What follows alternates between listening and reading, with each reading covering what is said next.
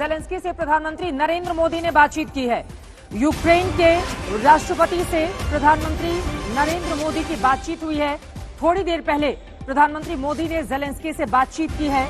यकीनन जिस तरह की स्थिति देखने को मिल रही है उसके मद्देनजर ये बातचीत अहम हो जाती है। हालांकि दोनों ही देशों के बीच में हिंदुस्तान अपना शक्ति संतुलन, बैलेंस ऑफ पावर तटस्थ रहकर बनाए रखना चाहता है। न वो इधर दिखना चाहता है, न वो उधर दिखना चाहता है। आपको ये भी बताते चले, कुछ दिन पहले ज़ेलेंस्की ने प्रधानमंत्री नरेंद्र मोदी से फोन पर बातचीत करते हुए सुमी में अभी भी करीब फंसे हुए हैं 700 भारतीय, यकीनन उनको किस तरह से बाहर निकाला जाए, अब हिंदुस्तान की ये बड़ी चिंता है। और इसके मद्देनजर प्रधानमंत्री नरेंद्र मोदी की ये बातचीत, लेकिन इसके पहले जब ज़ेलेंस्की ने पीएम मोदी से बातचीत की थी तो उस समय उनकी ओर से कहा गया था कि आप हमारी मदद करें, आप यूएन में हमारा सपोर्ट करें, इस तरह की बातचीत थी। हालांकि उस समय भारत ने अपना तटस्थ रुख अख्तियार करके रखा हुआ था। 25 मिनट तक प्रधानमंत्री नरेंद्र मोदी और राष्ट्रपति ज़ेलेंस्की के बीच बातचीत हुई है। सुमी में फंसे भारतीयों के रेस्क्यू पर ये बातचीत हुई है श्वेता, क्योंकि 700 भारतीय सुमी में अभी भी फंसे हुए हैं, जिनको बाहर निकलना बहुत बड़ी चुनौती हिंदुस्तान के लिए।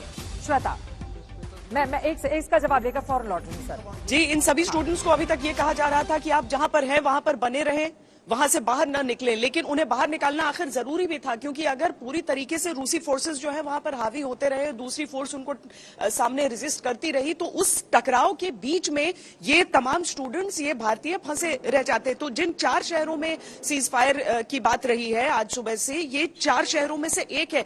मारियोपोल हो गया, कीव हो गया, इन सारे इलाकों से अगर निकालना है तो उसमें सुमी और मारियोपोल 2 जगह सबसे ज्यादा भीषण जंग चल रही थी। प्रधानमंत्री नरेंद्र मोदी का बात करना, अव्वल तो ये कि रूस की तरफ से वहां पर सीज फायर हो जाए, यानी आप 2 देशों के बीच जब जंग होती है तो आप दोनों देशों की अगुवाओं से बात करते हैं कि हम क्या करें, हम कैसे निकालें। अगर एक देश सीज फायर के लिए तैयार हो जाता है और दूसरा देश उसके बाद कहता है कि ठीक है, हमारी फोर्सेस भी उन सब इलाकों से, उन इलाकों का वो रास्ता जहां से निकलकर वो किसी ट्रेन स्टेशन तक जा सकते हैं, वो इलाके अगर निर्धारित हो जाती हैं तो वो बच्चे निकल पाएंगे। और प्रधानमंत्री के बातचीत करने का सीधा सा असर इन स्टूडेंट्स के, ये जो बिना मतलब बेबस वहां पर फंसे हुए थे कि निकलें तो कैसे निकलें, हाँ वहां से भी आगे उन्हें अपना बंदोबस्त अभी खुद से करना होगा, लेकिन जब तक 2 सरकारों से बातचीत नहीं होती है, युद्ध जैसी परिस्थिति में वहां से निकल पाना संभव ही नहीं था। 35 मिनट तक श्वेता ये बातचीत हुई है। इसी से जुड़ा हुआ एक अगला सवाल मेरा आपसे है, 35 मिनट की बातचीत के दौरान कौन कौन से अहम मुद्दे, एक तो भारतीय छात्रों को बाहर निकाला, इसके अलावा किन मुद्दों पर बातचीत हुई होगी, अगर ये सवाल मैं आपसे पूछूं। और इसी के साथ अगला सवाल ये भी हो जाता है, बार बार ज़ेलेंस्की की ओर से हिंदुस्तान से मदद भी मांगी जा रही है कि रूस के खिलाफ हिंदुस्तान वो मदद करे। वहीं प्रधानमंत्री नरेंद्र मोदी और भारत अब लगातार बैलेंस बनाए रखे हुए हैं, चाहे वो यूक्रेन के बीच में हो, चाहे आपसे कुछ देर के बाद पुतिन से भी बातचीत होने वाली है प्रधानमंत्री नरेंद्र मोदी की। ऐसे में भारत का रोल इन दोनों देशों के बीच मध्यस्थता की स्थिति के लिए क्या महत्वपूर्ण हो जाता है, और आपको लग रहा है कि भारत उस रोल को भी निभाने के लिए तैयार नजर आ रहा है? बहुत पेचीदा है चित्रा, बहुत पेचीदा स्थिति है भारत के लिए। और इस समय जितना एक टाइट रोप वॉक जो कहा जाता है जिसे अंग्रेजी में, वो भारत कर रहा है। रूस बुरी से बुरी स्थिति में हमारे साथ खड़ा रहा है। जब सारी दुनिया एक तरफ हो जाती थी तब भी रूस युद्ध के दौरान भी हमारी मदद करने के लिए आगे रहता था, और इसीलिए रूस को भूला नहीं जा सकता है। अगर आज की स्थिति में रूस कोई फैसला ले रहा है या यूक्रेन के नागरिक उससे सह रहे हैं, तो एक मानवीय तौर पर भारत उससे भी इनकार नहीं कर सकता है।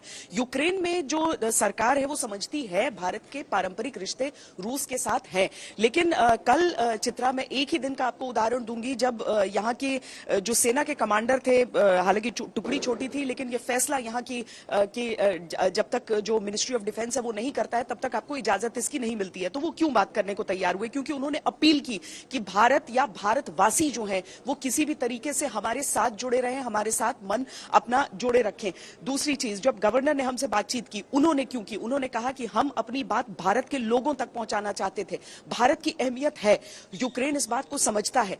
वो ये भी जानता है कि अगर पीपल टू पीपल की बात कर ली जाए तो दोस्ताना संबंध यूक्रेन से भी है। सरकारों की बात अलग है, लेकिन पीपल टू पीपल संबंध हमारे अच्छे हैं। और इसीलिए भारत इस समय, चाहे जब ये मांग की गई कि दोनों से रिश्ते अच्छे हैं, तो प्रधानमंत्री एक तरह से बीच बचाओ, एक तरह से मध्यस्थता कर दें, लेकिन जब एक बार युद्ध छिड़ जाता है तो मध्यस्थता कितनी हद तक संभव होती है वो भी देखना होगा। हालांकि जनरल दयाल जो स्टूडियो सिनेरियो में है इस समय, वो तो यहां तक उन्होंने कहा था कि क्यों नहीं भारत ये कहता है कि हमारे पास आकर आप यहां पर बातचीत कर ले। अगर भारत पाकिस्तान के युद्ध में हम ताशकंद जा सकते हैं बातचीत करने के लिए, तो यहां पर क्या भारत वो भूमिका नहीं निभा सकता है? तो वो चीज तो है, लेकिन इस समय प्रधानमंत्री की प्राथमिकता तो यही है कि जो भारत के नागरिक है वो यहां से निकल जाए। बहुत सारे नागरिक ऐसे भी हैं चित्रा, जो बताऊं कि यहीं पर रहना चाहते हैं, कि वो बार बार किसी देश को छोड़ने के पक्ष में नहीं है, लेकिन जो स्टूडेंट्स हैं वो तो निकलना ही चाहेंगे यहां से।